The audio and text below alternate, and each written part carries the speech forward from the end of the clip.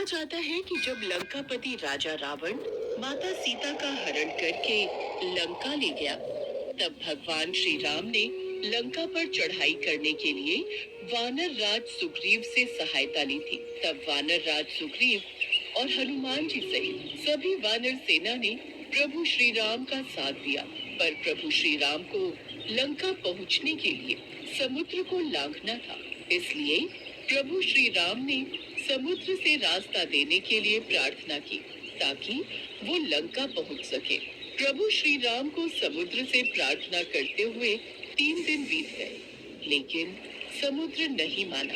तब श्री राम को उस पर क्रोध आ गया। बिना भय के प्रीति नहीं होती। लक्ष्मण, मेरा धनुष लाओ ताकि मैं अगली बार से इस अहंकारी समुद्र को सुखा दूं। क्योंकि जिस प्रकार माया में फंसे व्यक्ति को ज्ञान की बात सुना, अत्यंत लोभी से वैराग्य और क्रोधी से शांति की बातें करना फलदायी नहीं होता, उसी तरह इसके आगे भी प्रार्थना करना व्यर्थ है। जी भैया। श्री राम ने धनुष पर प्रत्यंचा चढ़ाई तो समुद्र भय से कांप गया। पूरी सृष्टि कांपने लगी, स्वर्ग में भी उथल पुथल हो गई। जैसे ही प्रभु श्री राम अग्निबाण छोड़ने लगते हैं, अचानक घबराकर समुद्र श्री राम के समक्ष प्रकट होता है और क्षमा प्रार्थना करता है। त्राहिमाम, त्राहिमाम, रुकिए प्रभु, रुकिए, मुझे क्षमा कीजिए, मुझे क्षमा कीजिए। प्रभु, पांचों तत्वों का जड़ स्वभाव आपने ही बनाया है। जल यदि अपनी मर्यादा छोड़ देगा तो उसका महत्व भी समाप्त हो जाएगा। सबको मर्यादा भी आपने ही दी है। आप तो मर्यादा पुरुषोत्तम राम है। मैं तो आपके बताए हुए रास्ते पर ही चल रहा था। अभी आपके हाथ में है कि आप मुझ पर कृपा करें या फिर मुझे दंड दें। हे रघुवर, आप जैसा कहेंगे मैं वैसा ही करूंगा। आपको बाढ़ चलाने की भी कोई आवश्यकता नहीं है। मैं तो आपकी इच्छा मात्र से ही सूख जाऊंगा और आपको रास्ता दे दूंगा। मैं वो भी करने को तैयार हूँ, पर उसमें मेरी मर्यादा भंग होगी। 5 तत्वों आकाश, वायु, अग्नि, जल, पृथ्वी में से यदि किसी एक ने भी अपने स्वभाव को बदला तो उसका महत्व समाप्त हो जाएगा, उसकी मर्यादा भंग हो जाएगी, तो सृष्टि के संतुलन में विकार उत्पन्न हो जाएगा, जिससे इस धरती पर विस्फोट हो जाएगा। प्रभु, यदि आप प्रलय से पहले ही प्रलय लाना चाहते हैं तो आपको अधिकार है, अन्यथा इस ब्रह्मास्त्र से मेरी रक्षा कीजिए। प्रभु श्री राम तो स्वयं ही मर्यादा पुरुषोत्तम है। उन्होंने उस समय समुद्र की विनती को सुना। जब श्री राम ने समुद्र को तात कहकर पुकारा तो लक्ष्मण सहित सभी वानर सेना मुस्कुराने लगी, क्योंकि वे भी जानते थे कि प्रभु श्री राम का हृदय कितना कोमल और दयालु है। क्योंकि उन्हें कभी क्रोध आ भी जाए तो भी वो शांत हो जाते हैं। प्रभु श्री राम समुद्र की इस विनम्र विनती से प्रसन्न हो गए और समुद्र पार करने का उपाय पूछा।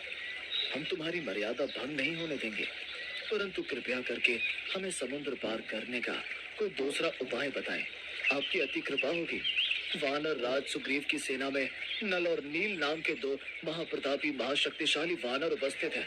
नल और नील जब छोटे थे तो ऋषि मुनियों को अपनी शरारतों से बहुत परेशान किया करते थे और अक्सर उनकी वस्तुओं को समुद्र में फेंक देते थे। इन दोनों बच्चों से परेशान ऋषि मुनियों ने तंग आकर इन्हें श्राप दिया था कि जो भी वस्तु ये पानी में फेंकेंगे वो नहीं डूबेगी। इसीलिए आज नल और नील को बचपन से मिला श्राप आपके लिए उपयोगी साबित होगा। नल भगवान विश्वकर्मा के पुत्र हैं, इसीलिए नल शिल्प कला में भी निपुण है। आप समुद्र पर सेतु बनाने के लिए इन दोनों की मदद ले सकते हैं। आप इनकी सहायता से समुद्र पर सेतु बांध सकते हैं, क्योंकि इनके द्वारा फेंके गए पत्थर समुद्र में डूबेंगे नहीं, बल्कि ऊपर ही तैरते रहेंगे। आप लंका तक एक सेतु का निर्माण कर सकते हैं, जिस पर चलकर आप लंका तक पहुंच सकते हैं। मैं वचन देता हूं कि उनके द्वारा समुद्र में डाले गए पत्थरों से बने सेतु के निर्माण में मैं खुद भी सहायक रहूंगा। इस प्रकार समुद्र पर सेतु बांधने के लिए तीनों लोकों में आपका सुयश गाया जाएगा।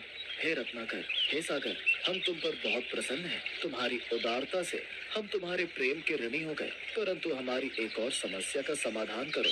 आज्ञा प्रभु। इसके पश्चात समुद्र ने प्रभु श्री राम से आज्ञा ली और वापस लौट गए। नल और नील की सहायता से समुद्र पर सेतु बांधने का कार्य प्रारंभ होता है। सभी वानर प्रभु श्री राम का नाम लिखकर पत्थर नल और नील को देते और वे दोनों समुद्र में पत्थर जोड़ते जाते। समुद्र ने सेतु को अपने कंधों पर संभाल रखा था। कहा जाता है ये सेतु 100 योजन लंबा और 10 योजन चौड़ा था, पर ये विशाल राम सेतु 5 दिनों में ही बनकर तैयार हो गया। राम सेतु बनाने में सभी ने अपना योगदान दिया, जिसमें एक छोटी सी गिलहरी भी प्रभु श्री राम की भक्ति और सेवा में अपना योगदान दे रही थी। पुल के निर्माण में मदद करने के लिए वो छोटी सी गिलहरी बार बार शरीर पर बालू लपेटकर उसे पुल पर गिराती थी। प्रभु श्री राम उसे ऐसा करते देख रहे थे। उन्होंने